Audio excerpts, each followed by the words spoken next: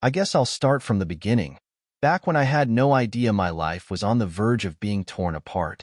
For months, something had been gnawing at me about my wife, Tasha.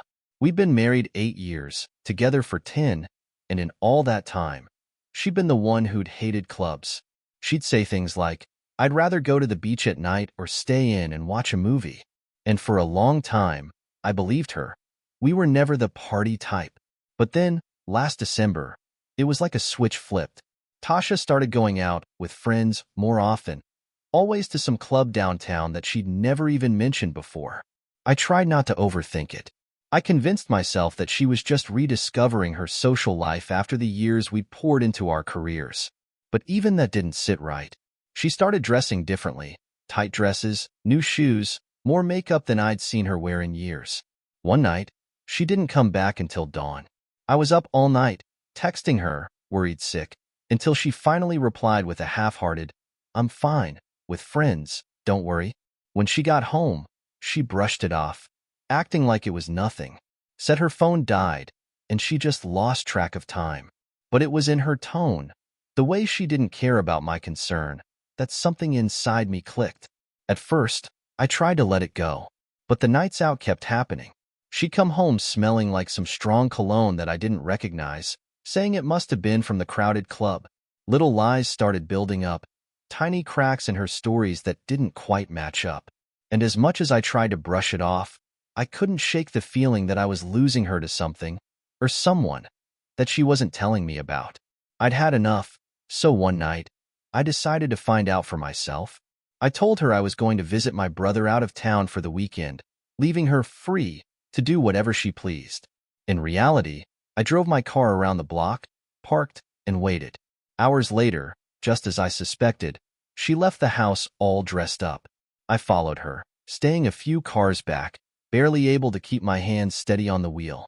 When she finally pulled into a dimly lit parking lot behind some trendy club, my heart sank. I felt like I'd swallowed a stone as I watched her walk in. Part of me wanted to turn around and pretend I hadn't seen it, but I couldn't. So, I parked too and followed her inside, hoping against all odds that maybe I'd misunderstood her intentions. Little did I know, I was about to witness a side of Tasha I had never seen before. And what I saw that night would shatter everything I thought I knew about her. And about our marriage. As I stepped into the club, the music hit me like a wave, loud, pulsing, disorienting. My eyes scanned the dim room, lit only by flashes of neon and strobe lights. There was a part of me, a desperate, hopeful part, that prayed I wouldn't see her here. Maybe she'd just gone for a quick drink with friends. Maybe she'd be laughing with some girlfriends, and I'd feel stupid for doubting her. But then, I saw her. Tasha was on the dance floor, wrapped up in someone else's arms. This man, a stranger, was pulling her close, his hands low on her back, moving with her in a way that was painfully intimate. And she was letting him. No, more than that. She was lost in it. Her head tilted back, eyes closed, a smile on her face that I hadn't seen in years. A smile I thought was just for me. I felt my whole body go numb. My legs felt heavy, but I couldn't move. I was rooted to the spot, watching my wife give herself away to someone else right in front of me. There was no subtlety, no shame in how she moved with him, like I didn't even exist, like our marriage didn't exist. I fumbled for my phone, hands shaking, and hit record. I don't know why I did it. Part of me thought no one would believe me, and I almost didn't believe it myself. I needed proof. Proof that this nightmare was real, that my life was actually falling apart. They swayed together, oblivious to everything around them. I watched for what felt like hours, though it must have only been a few minutes, recording everything as my heart splintered. Eventually, they moved from the dance floor to a booth in the back, where he draped an arm over her shoulder, his hand slipping to her thigh. I caught her leaning into him, whispering in his ear, laughing at something he said. When they got up and walked toward a private exit, I followed, every instinct screaming at me to stop but unable to tear my eyes away. They slipped out the door, and I forced myself to follow, staying back in the shadows. Outside, in the cool night air, they wrapped around each other again, his hands tangled in her hair as they kissed like they'd been waiting forever. My stomach twisted, nausea rising, but I held my phone steady, recording every painful second. And then, as if some switch had flipped, I felt something inside me go cold. I didn't feel heartbroken or angry. I felt nothing. The man I'd been, the husband who'd loved his wife without question, without doubt, he was gone. And in his place was someone else. Someone who could watch the woman he'd built a life with throw it all away and feel nothing but cold detachment. When they finally disappeared into a taxi, leaving me standing alone in the alley, I stopped recording, took a deep breath, and pocketed my phone. I'd gotten what I needed. Now, I had a decision to make. I drove home in silence, the weight of what I'd seen pressing down on me like a heavy stone. I kept replaying it all in my head, how she'd smiled at him, laughed with him, melted into his arms without a single thought of me. Every time I saw her face in my mind, my heart twisted, but that cold, hollow feeling inside of me wouldn't go away. I'd gone numb, and I didn't know if I'd ever feel anything again. When I got home, the house was quiet, just the low hum of the fridge and the distant ticking of the old clock in the hall. This place, our home, had always been my sanctuary, a safe haven I thought we'd built together. But now it felt foreign, like some elaborate set for a life I didn't recognize. Everywhere I looked, I saw pieces of our history, of the promises we'd made, and it felt like a sick joke. I sat in the dark, the glow of my phone the only light in the room, and watched the video I'd taken. It was all there, every painful second of her betrayal captured with chilling clarity. I thought about deleting it, erasing the evidence so I could pretend this was all some terrible misunderstanding. But then I thought of her brazen lies, her casual excuses, and how I'd almost let myself believe them. No, I wasn't going to give her that power. I was done being the fool. As I sat there, a thought crept into my mind, unexpected and a little reckless. I could keep this video as my silent weapon, something I could wield at a moment's notice. The idea of confronting her with it crossed my mind, but I dismissed it. That would give her control, give her the chance to twist the story or manipulate my reaction, as she always seemed to do. Then another idea took root, something colder, sharper. I could show the video to her family. I could rip the mask off the person they thought she was, let them see her as I now saw her. For years, they'd celebrated her, always praising her as the perfect wife, the loyal daughter. And maybe that's what made it feel right. She'd hidden behind that image for so long, pretending to be someone she wasn't, and I wanted them to know. But as tempting as it was to strike back, I knew I had to be smart. My rage was like a fire I was barely containing, but I forced myself to think it through. I couldn't just blow up my life in one move. I needed to play this carefully, with the same ruthlessness she'd shown me. Changing the locks crossed my mind, packing up her things and leaving them on the lawn, making sure there was no way she'd ever walk back through that door. So I made a plan. First, I'd contact a lawyer, get my options straight, and cover my bases. If I was going to do this, I needed it to be clean and final, without room for her to twist the knife any further. And then, when the moment was right, I'd take that video and send it to everyone who needed to see the truth. But for now, I just sat there in the dark, clutching my phone, feeling the weight of the betrayal settle over me like a heavy fog. The man who'd walked into that club earlier tonight was gone, and in his place was someone who was ready to burn down everything he'd built, leaving no room for her to escape the consequences of what she'd done. I barely slept that night. Every time I closed my eyes, I'd see them together, her laughing like I was some distant memory, an afterthought, while she tangled herself up in someone else's life. I lay there staring at the ceiling until the first light crept through the window, feeling like my heart had been drained of every last bit of warmth. By the time the sun rose, I'd made my decision. I called a lawyer, a friend of a friend, someone I knew wouldn't breathe a word of this to anyone. I kept my voice steady as I explained everything. He listened carefully, and then, after a long pause, he said, "Are you sure about this? Once you take that first step, there's no going back." I took a deep breath, the cold weight in my chest solidifying into something close to resolve. "I'm sure," I said, without a trace of doubt. He walked me through my options, and we set a meeting for the following afternoon to get the paperwork started. I asked him about everything, changing the locks, dividing our assets, how to handle any money she'd have no claim to. He assured me he'd take care of it all, and though I knew it was going to be a long process, it felt like I was finally taking control of the mess my life had become. After I hung up, I felt a strange calm settle over me, as if the act of taking that first step had grounded me. I went to the hardware store, bought a new set of locks and keys, and then stopped at a storage facility to rent a small unit. I even went to a moving supply store, picking up boxes, bubble wrap, and markers. If Tasha wanted to build a life with someone else, then I'd help her pack up and leave. By the time I got back home, I felt ready. I wasn't the same man I'd been the night before. I was a stranger even to myself, cold, calculated, driven by something fierce and unbreakable. I started with the guest room, packing away her clothes, her shoes, everything that was hers. Every time I put another item into a box, I felt lighter, like I was finally making space for the life I should have had, one without lies and betrayal. At one point, I came across an old anniversary card she'd given me years ago. "Forever yours," she'd written, her handwriting looping and delicate. I almost laughed at the irony. I tossed the card into the box without a second thought. When I'd cleared out every last trace of her, I changed the locks. The final click of the screwdriver felt like the end of a chapter, like closing a door on something that should have died a long time ago. I stacked her boxes near the front door, each one labeled in bold letters with her name. They felt like pieces of her broken promises, all neatly packaged and ready to be discarded.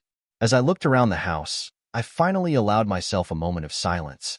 I wasn't just ending my marriage, I was reclaiming my life. And as painful as it was, there was a twisted sense of freedom in knowing that I would never have to share my home, my heart, or my life with a stranger again. The days slipped by in a blur of action and cold resolve. I barely even recognized myself, moving around the house like a machine, driven purely by the need to erase her presence. By late afternoon, every trace of Tasha was boxed up and ready. Her clothes, her perfume bottles, even the little trinkets she'd collected over the years, all lined up near the front door, ready to go. With everything set, I sat down at the kitchen table, staring at my phone. It was time to take the next step. I could send the video to her family, her friends, everyone she kept in the dark. I imagined their reactions. Her mother's shock, her sister's fury, the whispers from her friends as they realized the truth about her perfect marriage. I didn't know if it would make me feel better, but I knew it would make her feel every ounce of shame she'd thrown on me. My thumb hovered over the message button, but something held me back. I'd be lying if I said a part of me didn't still care about her family. Her parents had welcomed me in like a son. Her sister had been like family to me for years. Sending them that video wasn't just exposing her. It was blowing up everything they thought they knew. And for a moment, the anger wavered, just long enough for me to wonder if I was ready to scorch the earth like this. But then I remembered that night, watching her in that club, the way she looked at him, how easily she'd abandoned everything we'd built. I reminded myself that none of this was my fault. I'd been faithful, honest, loyal. She was the one who'd chosen to betray all of us. And in that moment, the anger returned, steady and unyielding. With a deep breath, I selected the video, added a brief message, just enough to make it clear what they were watching, and hit send to her family group chat. There was no going back now. Within minutes, I saw the typing indicator pop up, her sister's name flashing on my screen. Then, her mother's message came through. "Is this some kind of joke?" Another moment passed, and her father chimed in with a single angry question. "What is this?" I didn't reply. I couldn't. I sat there, numb, watching the responses pour in, each message more shocked and furious than the last. Her family would confront her soon enough, and that would be a storm I didn't need to witness. I just wanted them to know the truth and let them see her for who she really was. She had lied to all of us, but now the truth was out in the open. As evening settled over the house, I finally felt a small, grim satisfaction. I had taken back control of my life, broken free of her lies, and ensured she would never get away with the damage she'd caused. I poured myself a drink and stood in the doorway, watching the sunset through the window, a quiet sense of closure starting to settle over me. In that moment, I realized that whatever happened next, I was ready to face it alone. It wasn't what I'd planned for my life, but it was better than living a lie. And as I sipped my drink, I felt a strange peace take root, something I hadn't felt in a long, long time. The hours dragged by after I hit send. Every few minutes, my phone would light up with another message from her family, questions and accusations flooding in as they tried to make sense of what I'd shown them. I couldn't bring myself to read them. Their anger, their shock. It was exactly what I'd wanted. But now that it was here, I felt an emptiness I couldn't shake. I thought the satisfaction would last longer, that revenge would taste sweeter. But the silence of the house, the loneliness pressing in, it was almost unbearable. I poured another drink, trying to drown out the questions running through my mind. How had she done this to us? Was it just about him, or had I failed her in some way I couldn't see? The doubts nagged at me, memories surfacing in pieces, each one chipped and warped now that I knew the truth. As I stared into my glass, a knock sounded at the door, soft but insistent. My stomach tightened. I had no idea who would come by at this hour, but I knew I wasn't in any shape for company. I hesitated, thinking of ignoring it, but the knock came again, louder this time. I opened the door, and there she was, Tasha. Her eyes were red, and her face was pale, but she wore that defiant expression I knew all too well, like she'd come prepared to confront me. She must have heard from her family by now. I braced myself, every nerve tense, waiting for the storm I knew was coming. "Can we talk?" she asked, her voice strained but steady. For a second, I considered slamming the door, but part of me wanted to hear what she'd say. I wanted to know if she'd come with apologies, excuses, or lies. I stepped aside, and she walked in, her heels clicking against the hardwood floor. She glanced around, her eyes settling on the boxes stacked by the door.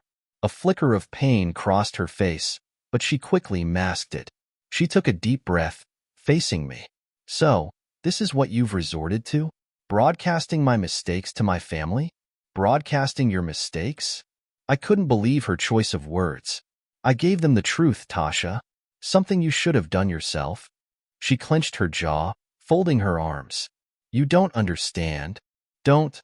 I cut her off, my voice sharper than I intended. "Don't insult me by saying I don't understand. I understand perfectly. I saw you with him, Tasha. I saw it all." She looked away, biting her lip, but she didn't deny it. "It was a mistake," she said finally, her voice barely above a whisper. "I wasn't thinking straight." "A mistake?" I echoed, feeling the anger rise in me again. "No, forgetting to pay a bill is a mistake. What you did, you shattered everything we built, everything we were." She swallowed hard, her face crumbling for a moment before she composed herself again. "I know I hurt you, but airing this out to everyone, to my family, do you really think that was fair?" I shook my head, incredulous. "Fair? Are you serious, Tasha? Fair would have been you ending things honestly, with respect. But you didn't give me that choice. So, no, maybe it's not fair, but it's the truth, and they deserve to know who you really are." A tense silence fell between us, thick and unbreakable. She opened her mouth, as if to argue, but then shut it, as though she knew there was nothing left to say. She nodded once, a single tear slipping down her cheek. "Then I guess this is goodbye."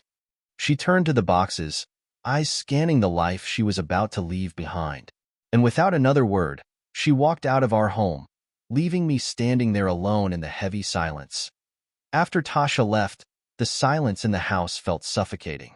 I stood there for a while, staring at the door, half expecting her to come back, to burst in with one more excuse or some last-ditch attempt to explain everything away.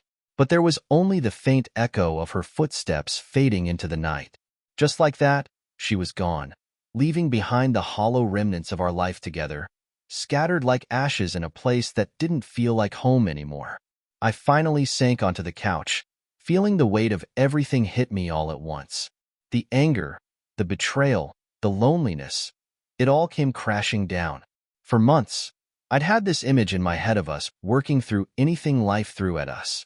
I'd believed we were unbreakable, that nothing could come between us. But that illusion had shattered so quickly, it was almost laughable. I thought about calling someone, my brother, maybe, or a friend, But what would I say? How could I even begin to explain the mess I'd let my life become? Instead, I found myself scrolling through old photos on my phone, reliving memories I once cherished. There we were, laughing at some terrible joke, her head resting on my shoulder. There was a shot of us at a friend's wedding, her in that blue dress she used to love, smiling up at me like I was her whole world. And then I remembered the look on her face last night in that club, her arms around him, and the sting of betrayal cut all over again. I turned off my phone, sick to my stomach. Maybe I was a fool for thinking she'd ever really loved me the way I'd loved her. Had she been lying to me all along? Or was this just who she'd become? I didn't know anymore, and maybe I never would. At some point, exhaustion took over, and I drifted off on the couch.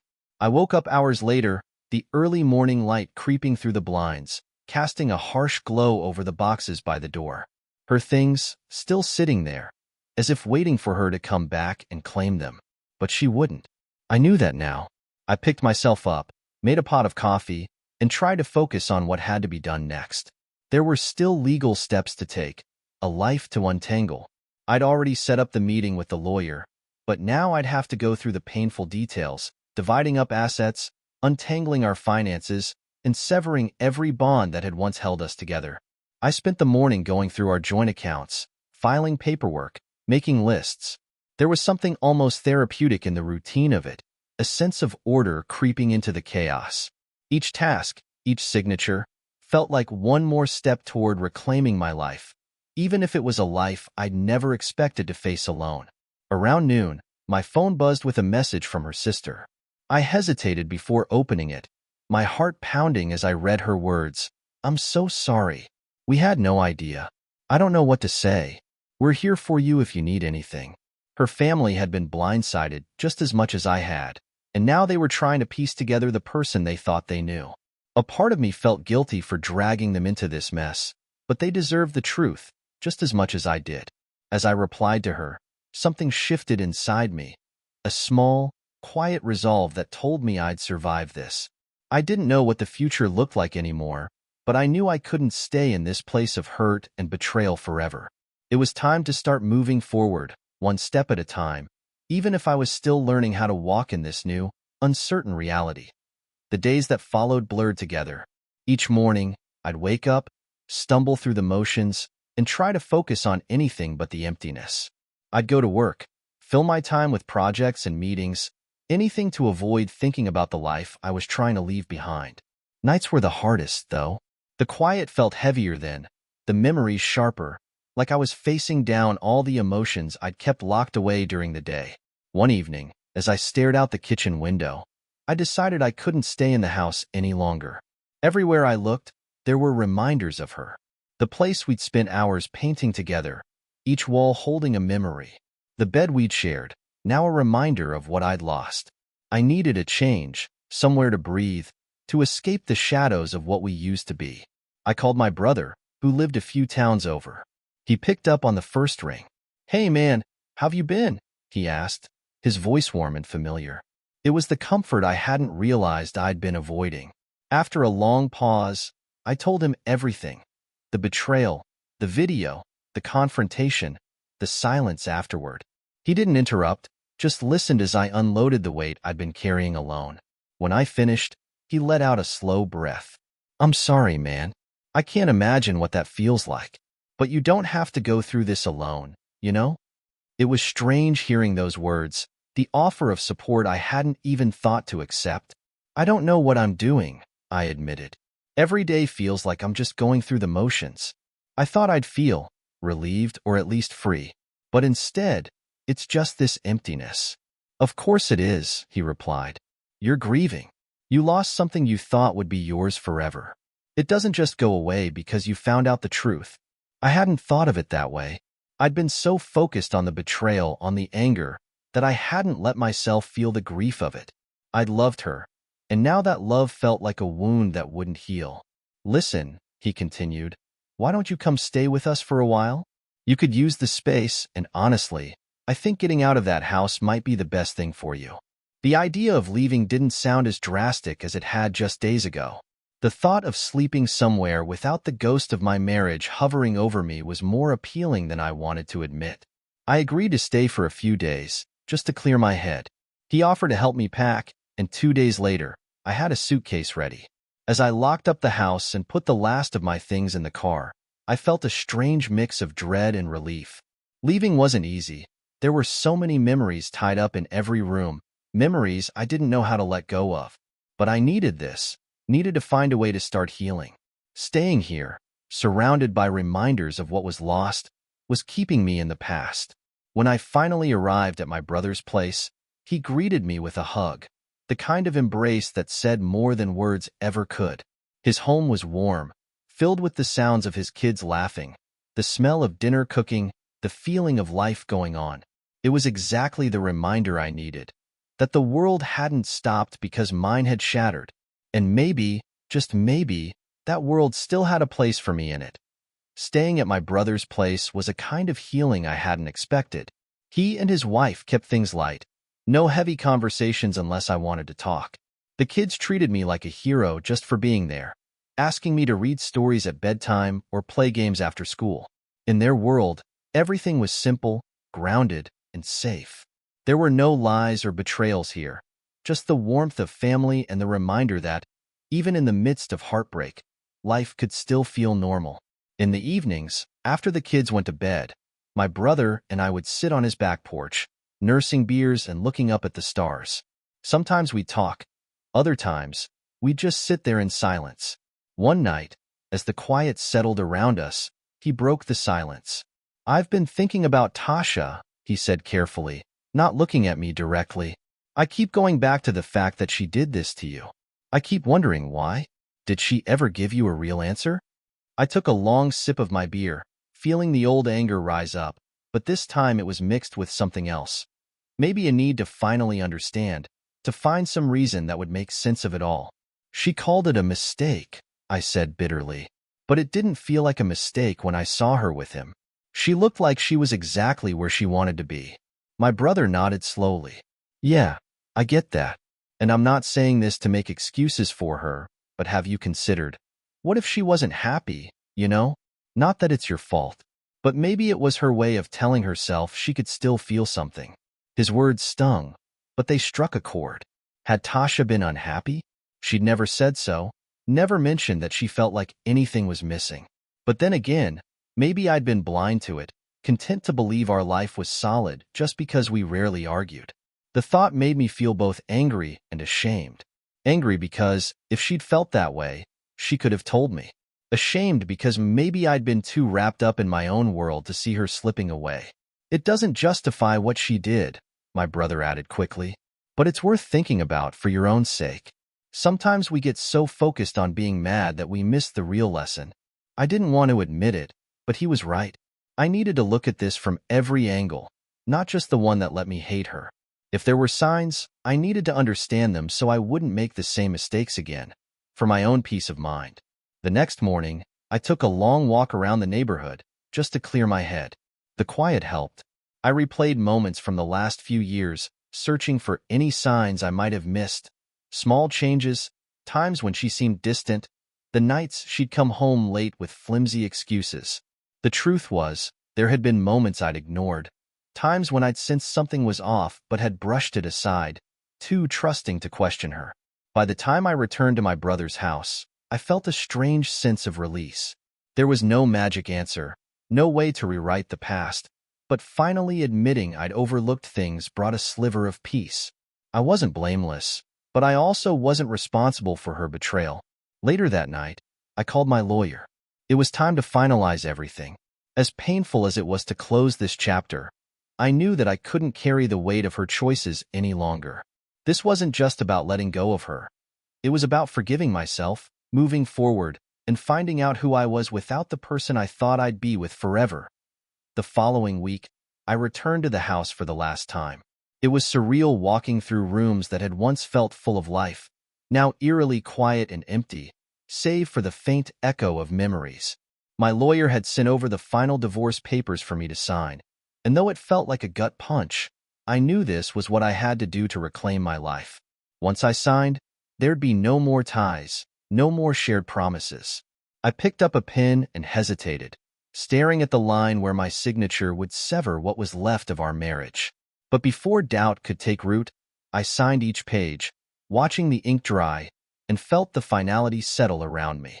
The papers were no longer a threat, they were freedom. As I slipped them into an envelope, I took one last look around the house. It didn't feel like home anymore. It was just a place, stripped of warmth and love, waiting to be reclaimed by someone new.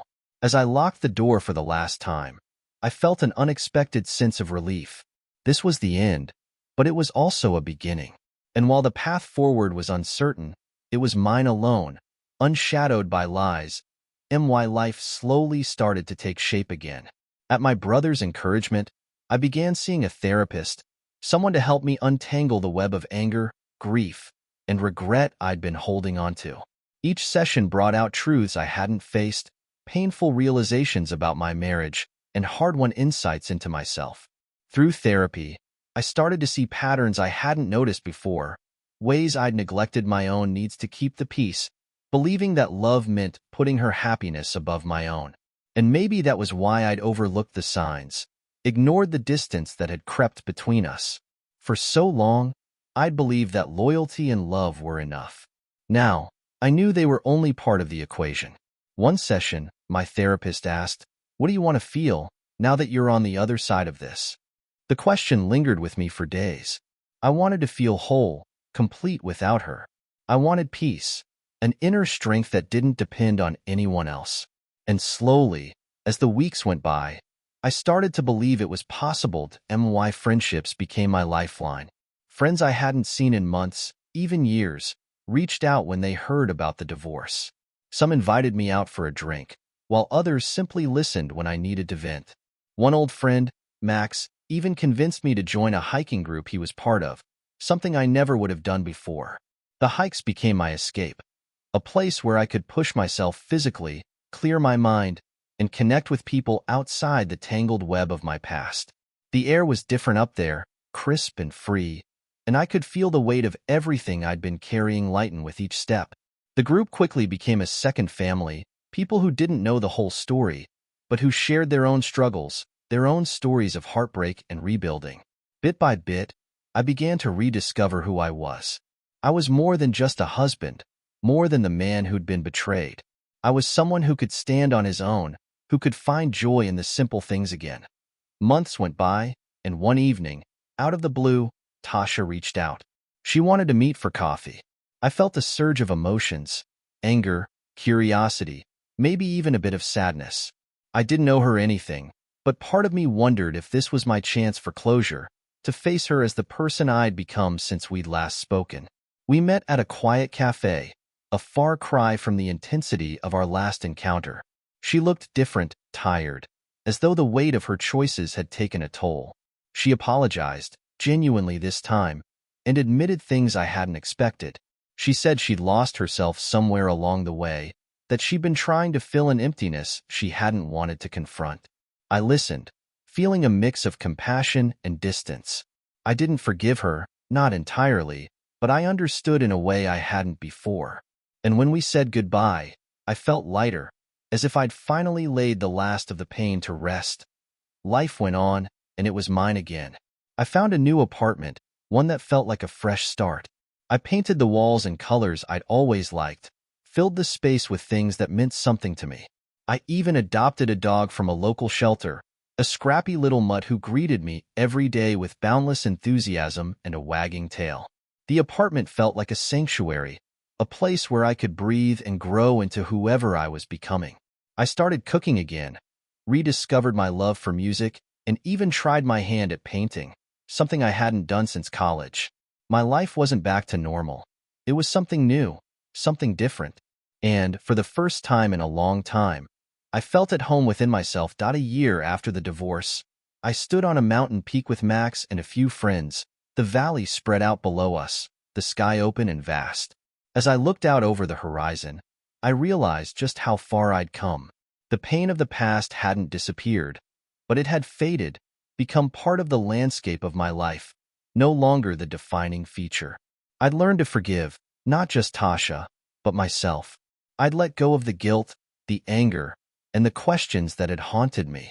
I was no longer the man defined by betrayal. I was someone stronger, someone who could face the unknown with resilience. As we stood there, the sun setting in a blaze of color, I felt a quiet sense of peace settle over me. This was my life now, open and full of possibility. The path hadn't been easy, but it had led me to a place of strength, to a version of myself I'd forgotten existed. And in that moment, standing on the edge of that mountain, I knew I was finally free.